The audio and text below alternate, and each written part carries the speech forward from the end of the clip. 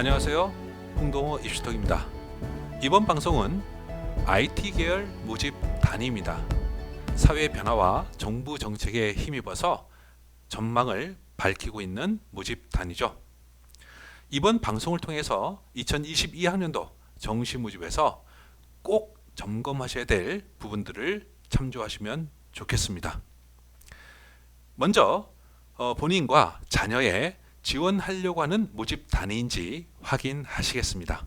가천대 나다군, 단국대 죽전 다군, 명지대 가군, 서울과기대 가나군, 세종대 나군, 한양대 에리카 가나군에서 선발을 하고 있습니다.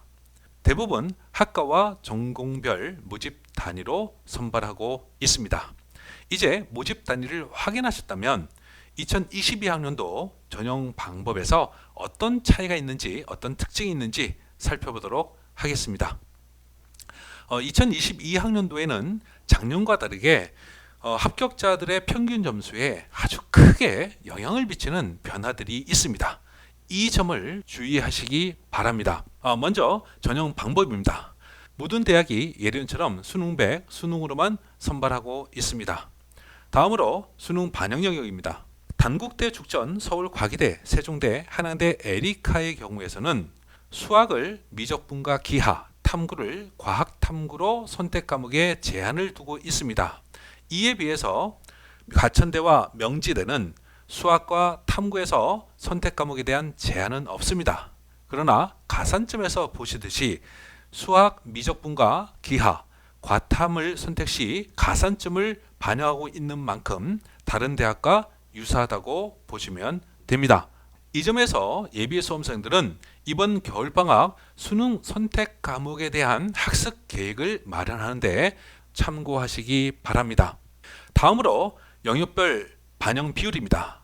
IT 계열 모집 단위가 자연 계열인 만큼 수학 영역에 가장 높은 반영 비율이 책정되어 있습니다. 이 점 주의하시고요. 영어 영역에서는 모든 대학이 등급별 반영 점수를 반영하고 있습니다. 이 중에서 한양대 에리카는 각 등급별 반영 점수의 차가 가장 적은 대학입니다. 1등급부터 3등급까지 0.5점의 차이를 두고 있고요. 3등급과 4등급에 1점의 차이를 두고 있습니다.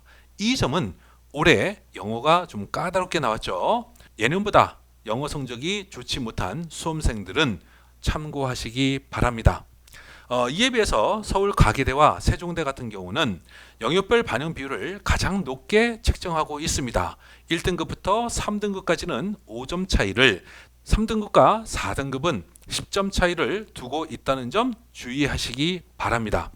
이제부터는 대학별로 작년과 비교해서 보다 자세하게 달라진 점, 특이한 점을 살펴보도록 하겠습니다.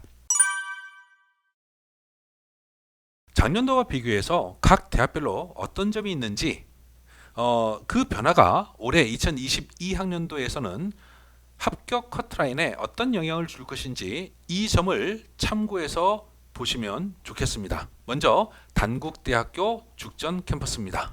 단국대학교 죽전 캠퍼스는 일반 학생 전용으로 다군에서 선발하고 있고요. 2021학년도와 크게 달라진 점은 없습니다. 서울과기대도 일반 전형으로 가군과 나군에서 선발하고 있고요. 2021학년도와 달라진 점이 없습니다.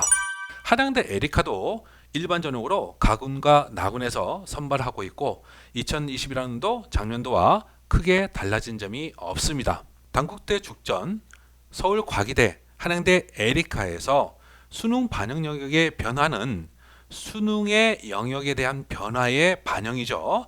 따라서 수능에서의 선택 과목에 대한 제한을 두고 있다는 점, 그 점만 주의하시면 되겠습니다.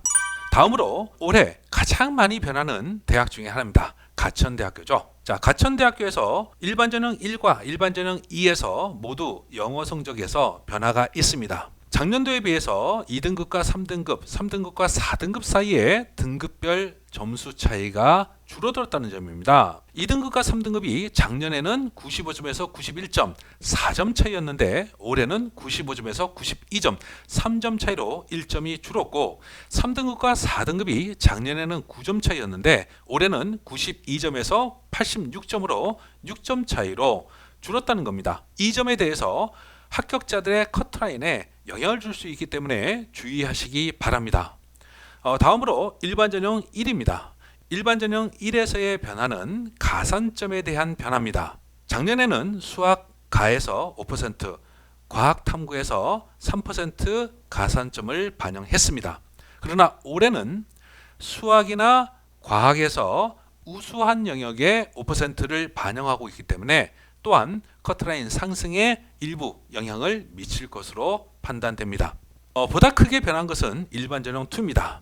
일반 전형 2에서 작년에는 국수 영탐 한 과목 4가지 영역 중에서 3개의 영역을 반영을 했고 우수한 영역 순으로 45%, 40%, 15%를 반영했습니다. 올해는 국수 영, 탐탐 한, 탐구 영역 각각이 반영 영역으로 들어와 있고 특히나 주의할 점은 한국사가 반영 영역으로 포함되었다는 점입니다. 특히 올해 한국사가 쉽게 나온 만큼 이 부분은 커트라인의 상승에 아주 큰 영향을 미칠 것으로 예상됩니다. 이 점 주의하시기 바랍니다. 또한 가산점에서도 다른 차이가 있습니다. 작년에는 수가에 5%, 과탐에 3%의 가산점을 부여했습니다. 그러나 올해는 수학 기하, 수학 미적분, 과학 1, 과학 2 중 선택시 우수한 순으로 5%와 3%의 가산을 하고 있다는 점, 이 점 또한 커트라인에 영향을 줄 것으로 보여집니다. 명지대 또한 큰 변화가 있습니다. 작년에 국수 영탐 탐구를 2개 반영하는 것을 올해는 국수 영탐 탐구를 한 과목을 반영한다는 점, 이것은 커트라인 상승에 영향을 미치는 만큼 상당히 주의를 해야 될 부분이고요. 또 한 가지 반영 영역에서 변화가 있습니다. 작년도에는 국어와 수학이 30%, 30%였는데 올해는 국어가 25%, 수학이 35%로 국어에 대한 반영 비율을 낮췄습니다. 가산점에서도 변화가 있습니다. 작년도에는 수학 가형과 과학에 각각 10% 가산점을 부여했던 방식에서 올해는 과학 탐구에서 10% 가산을 하고 있다는 점, 이 점을 참고하시기 바랍니다. 세종대도 많은 변화가 있습니다. 영역별 반영 비율에서 작년도에는 국어가 15, 수학이 40%를 반영했습니다. 올해는 국어가 20, 수학이 35%를 반영했습니다. 나중에 자료에서 보시면 아시겠지만요. 작년도에 수학에서 40%를 반영함으로써 사실상 세종대학교 커트라인에 상당한 영향을 미쳤습니다. 근데 올해 국어가 불수능인 국어 영역에서 비중이 높아졌다고 하는 점, 이 부분이 또한 세종대 커트라인에 영향을 줄 것으로 그렇게 판단됩니다. 주의하시기 바랍니다. 또한 달라진 점은 작년에 탐구 영역은 100분위 점수를 반영했습니다. 올해는 100분위를 기준으로 한 변환 표준 점수를 반영합니다. 이 점은 100분위를 반영할 때는 1점, 2점, 89점, 90점 이렇게 1.2점 차이로 반영이 되는 거지만 변환 표준 점수로 반영이 되면 소수점 자리로 0.6에서 0.7 정도로 반영 비율이 줄어드는 겁니다. 그만큼 탐구 영역에서의 영향이 줄어들었다라고 보시면 되겠고요. 또한 영어에서도 크게 변화했습니다. 작년에는 1등급 만점을 100점을 반영했던 것을 올해는 200점으로 반영합니다. 그러나 여기서 이제 주의를 하셔야 될 것은요. 그 100점에서 200점으로 비중이 늘었다. 이것이 아니고 각각의 등급별 점수 차이에 대한 겁니다. 그 부분에 주목하시면 됩니다.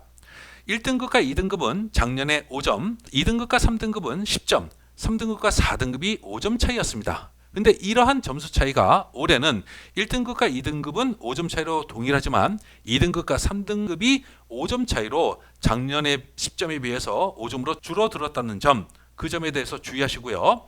3등급과 4등급이 오히려 10점 차이로 늘어났다는 점, 이 점을 주의하시면 되겠습니다. 지금까지 작년도와 다른 2022학년도 정시매어집의 전형 방법의 차이점들을 살펴보았습니다.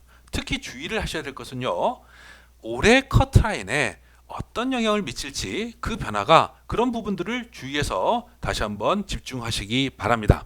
특히 가천대, 명지대, 세종대에는 합격자들의 커트라인에 영향을 미칠 수 있는 큰 변화가 있으므로 이 대학들에 주의하시면 좋겠습니다. 지금부터는 다들 궁금해하시는 합격자들의 점수가 어떻게 나타나고 있는지를 살펴보겠습니다. 먼저 3개년의 평균 점수를 살펴보겠습니다. 이 3개년 평균 점수를 살펴보는 이유는요, 본인이 지원하려는 모집 단위, 순위를 파악함으로써 정시지원의 가군나군 다군의 시나리오 작성에 참조하기 위함입니다. 그 점에 주의해서 보시면 좋겠습니다. 먼저 가군입니다. 가군에서는 한양대 에리카 캠퍼스, 서울과기대, 명지대가 138명을 모집하고 있습니다. 대부분 대학들이 85.6에서 84점으로 약간 유사한 성적 분포를 보이고 있습니다. 나군에서는 한양대 에리카, 서울과기대, 세종대, 가천대에서 모집을 하고 있고 299명입니다. 나군에서 가장 큰 특징 중에 하나는 올해 신설된 모집 단위가 있다는 점입니다. 바로 그 부분에 대해서 주의하시기 바라고요.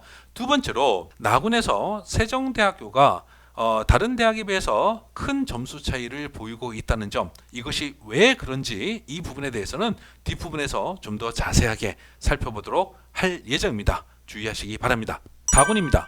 다군에서는 가천대와 당구대 죽전 캠퍼스에서 202명을 모집을 하고 있습니다. 전체적인 평균에서 보면 인공지능 전공 2와 소프트웨어 전공 2가 평균 점수가 굉장히 높습니다.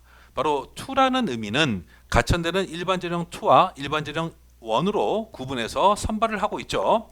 따라서 일반 전형 2는 작년도에 4개 영역에서 3개 영역만 반영된 만큼 평균 점수가 높을 수밖에 없었습니다. 바로 그 점이 반영된 부분임을 참조하시기 바랍니다.